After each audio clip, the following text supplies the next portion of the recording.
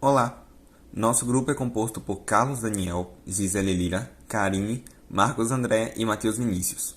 Nós somos da EI21 e ficamos responsáveis pelo tema comportamento térmico dos gases. O estudo dos gases é importante para podermos calculá-los e medi-los, pois como não conseguimos ver a maioria deles e não possuem volume determinado, deve-se estudar as grandezas macroscópicas.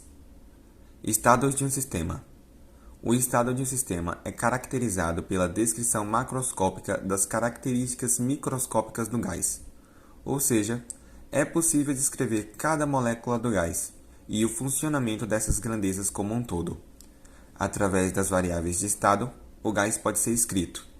São elas: pressão, que é originada das forças exercidas pelas partículas de um gás quando há colisão de dois corpos, ou seja, é a força média aplicada por unidade de área.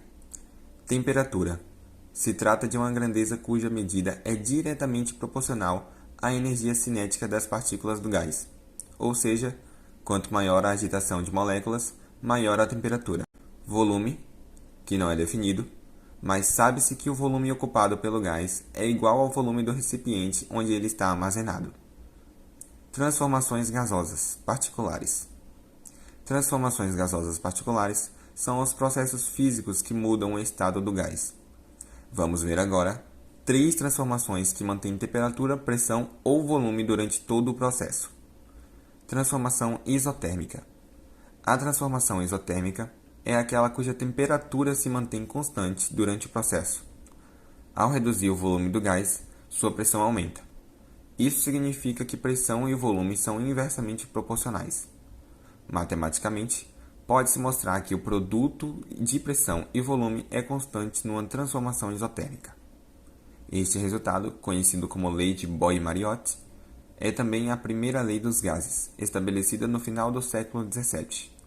Transformação isovolumétrica. Podemos denominar de isovolumétrica, isométrica ou isocórica toda transformação que ocorre por meio de um volume constante, onde a pressão e a temperatura serão diretamente proporcionais. Sendo assim, isso significa dizer que a razão entre a pressão e a temperatura é constante em uma transformação isovolumétrica. Transformação isobárica. Podemos denominar de isobárica toda transformação que ocorre por meio de uma pressão constante, onde volume e temperatura serão grandezas diretamente proporcionais. Portanto, a razão entre volume e temperatura é constante em uma transformação isobárica. Lei geral dos gases. A lei geral dos gases é a junção das leis de Boyle, Charles e Gay-Lussac. É uma expressão única, com o objetivo de estudar o comportamento de um gás ideal ao passar por uma transformação gasosa. Lei de Clapeyron. É uma equação que relaciona as variáveis de estado, pressão, temperatura e volume, considerando a quantidade de gás envolvida, ou seja, envolve o número de mols, que é uma unidade de medida de matéria. Graças a essa lei, a evolução das máquinas térmicas foi possível.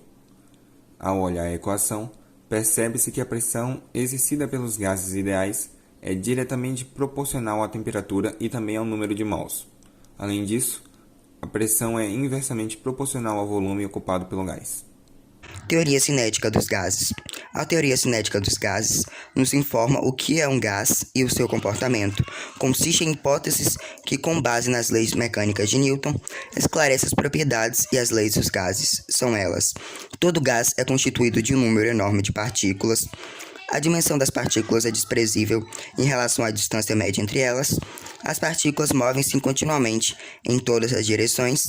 Entre as partículas de um gás, só há interação quando elas colidem. Todas as colisões entre as partículas de um gás ou entre as partículas do gás e as paredes dos recipientes são perfeitamente elásticas. A partir disso foi determinada definições de temperatura, pressão e volume para um gás.